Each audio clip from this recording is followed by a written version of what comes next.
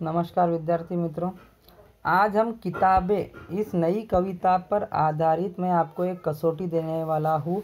तो आप कविता के आधार पर, कविता आपको समझ में गई होगी, तो कविता के आधार पर आपको कसौटी छुड़ाकर मुझे उसके उत्तर व्हाट्सएप के ग्रुप में भेजना है।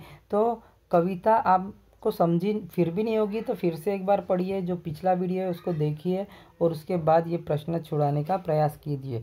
तो कविता के प्रश्न आप पॉज करके लिख सकते हैं, वीडियो को पॉज कीजिए और ये प्रश्न लिखिए। पहला प्रश्न है, कवि के संध्याकाल बिताने के साधन। कवि के संध्याकाल में बिताने के साधन पहले कौन से थे और अब कौन से? तो पहले कौन से थे और अब कौन थे? तो ये आप कविता पढ़ने के बाद आपको समझ में आएगा। तो ये पहला प्रश्न है। दूसरा प्रश्न है, पद्यांश में आए शरीर के अंग। आप जब कविता पढ़ोगे तो इसमें कुछ शब्द शरीर के अंग आए, अपने बॉडी के पार्ट्स आए हैं, वो पूरे पार्ट्स का नाम लिखना है। कौन से आए हैं, जैसे माथा हो गया, सीना हो गया, जो भी आए होंगे वो आपको यहाँ पर लिखना है। ये दूसरा प्रश्न। तीसरा प्रश्न, जिनके द्वारा संबंध जुड़ जाते हैं। जिनके द्वारा संबंध जुड़ जाते हैं, किसके द्वारा संबंध जुड़ जाते हैं? तो वो आपको कविता पढ़ना है और उस पर आधारित दो जो उत्तर है ये दो बॉक्स में लिखना है, जिनके द्वारा संबंध जुड़ जाते हैं। तो ये 3 प्रश्न आपको छुड़ाना है।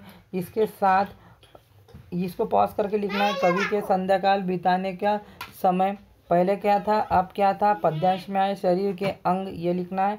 अभी आगे उसके और कौन से, हाँ, तो 3 प्रश्न आपने देखा है। चौथा प्रश्न आपको ये लिखना है कि ये चौथा प्रश्न आपका बना देना है कि लिखिए कविता में प्रयुक्त उर्दू शब्द तथा उनके हिंदी अर्थ। तो ये 3 बॉक्स दिए हैं, आप 2 भी लिख सकते हो, 3 लिखा तो बहुत ही अच्छा। तो ये आपको लिखना है, कविता में आए प्रयुक्त उर्दू शब्द के ये।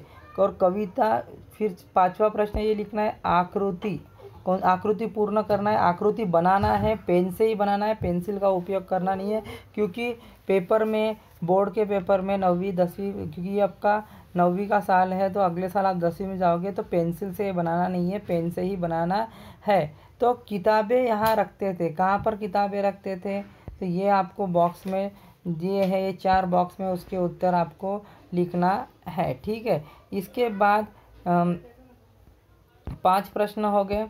शब्द युगम में से कोई भी 2 शब्द युगम, ये जो है ना शब्द युगम दिए हैं, इसमें से कोई दो शब्द युगम पर आधारित वाक्य में प्रयोग आपको करके बताना है। कोई भी 2 शब्द, जैसे घर घर ले लिए, ये प्रचार प्रसार ले लिए, भोला भाला ले लिए, भला बुरा ले लिए। तो ये आपको जो भी लगते हैं उसमें से 2 शब्द लेना है और उसके वाक्यों में प्रयोग करना है। तो इतना आसान ये कसौटी है।